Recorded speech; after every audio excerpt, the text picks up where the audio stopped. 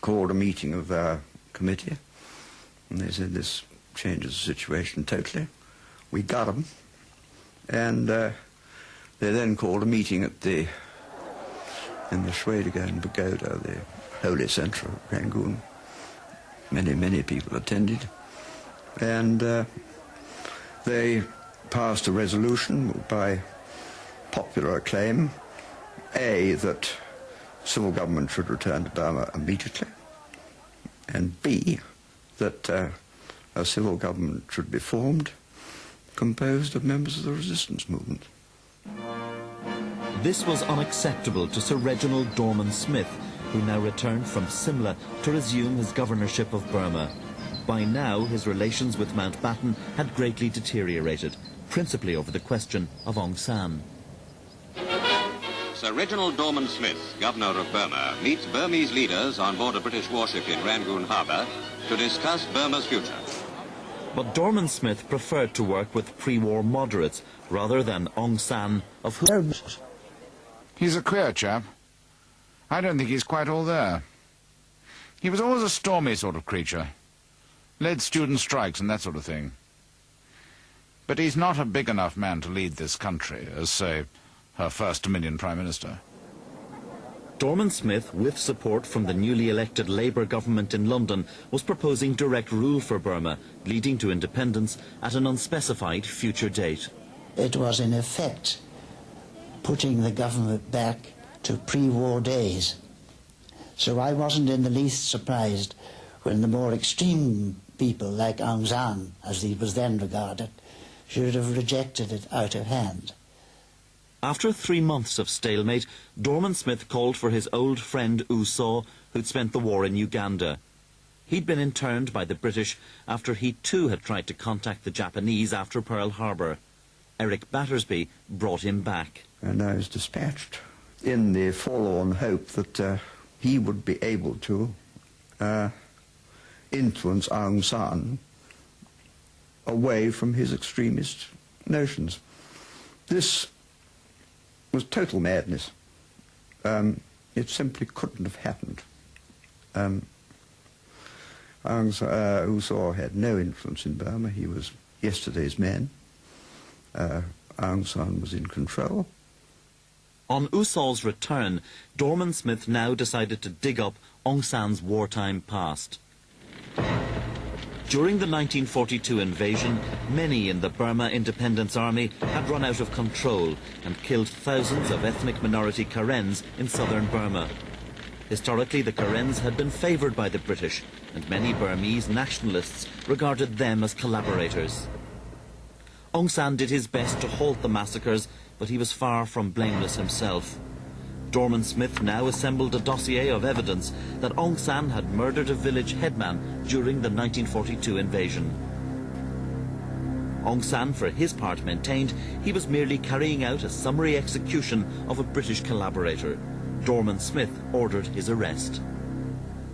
Well, Dorman-Smith simply wanted to get rid of my father. He thought that if he could pin a charge of murder on my father, it would effectively remove him from the political scene. It would make him unpopular with the people, and I think he expected to be able to take action against him, put him into prison.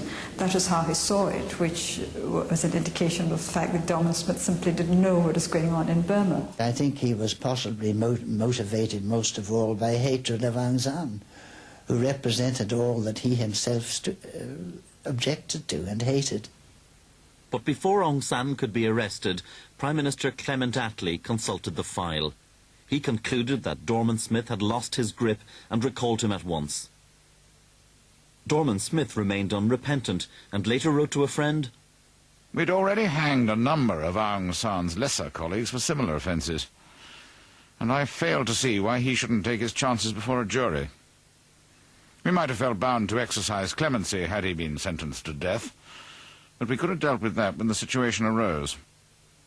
With Dorman-Smith out of the way, Aung San and his renamed anti-fascist People's Freedom League were now firmly in control. They demanded immediate independence and came to London to get it. My colleagues and I have come to London in response to the invitation of His Majesty's government in order to discuss the constitutional questions of Burma. The demand of our people is complete independence. Attlee was impressed and gave Aung San what he wanted, a guarantee of independence within 1 year.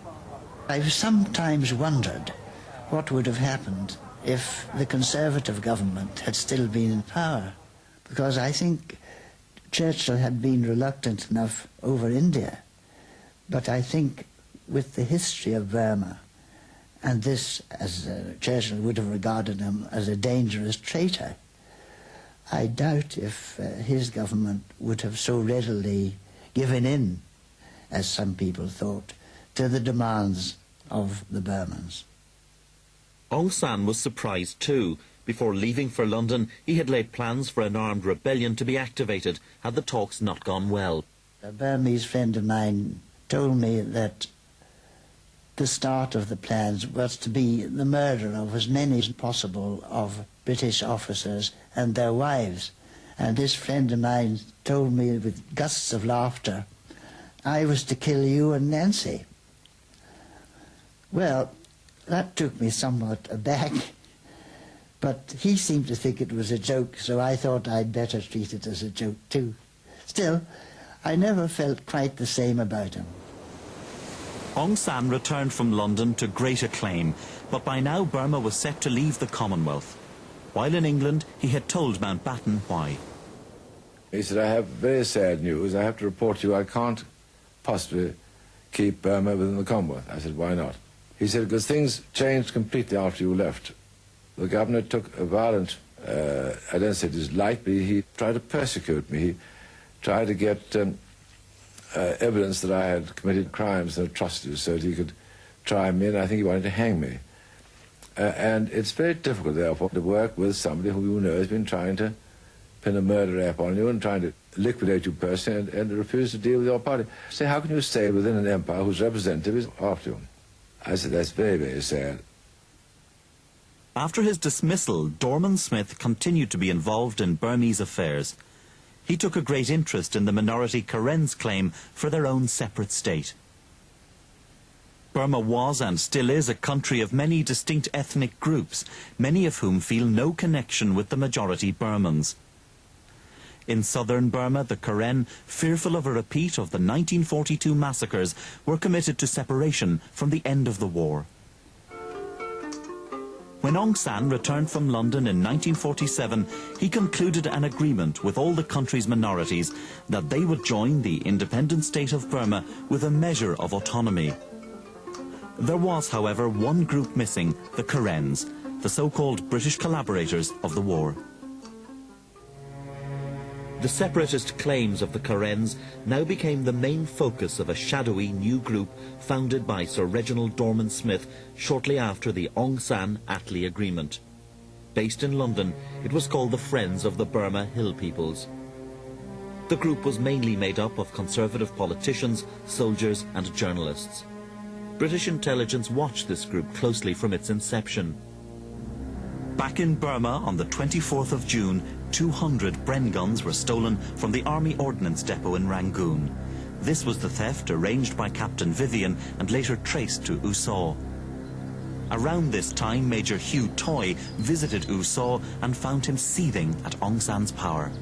He contrasted himself with what he thought of as this rather gauche upstart in Aung San.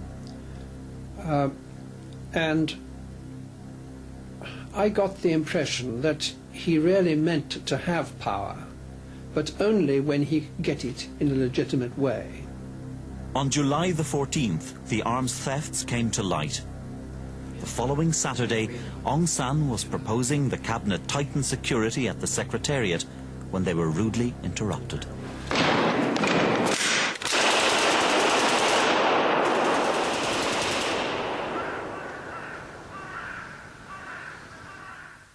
U Saw and 8 others stood trial for murder. Sir Reginald Dorman Smith offered to give evidence in his friend's defence, but was discouraged by the British government.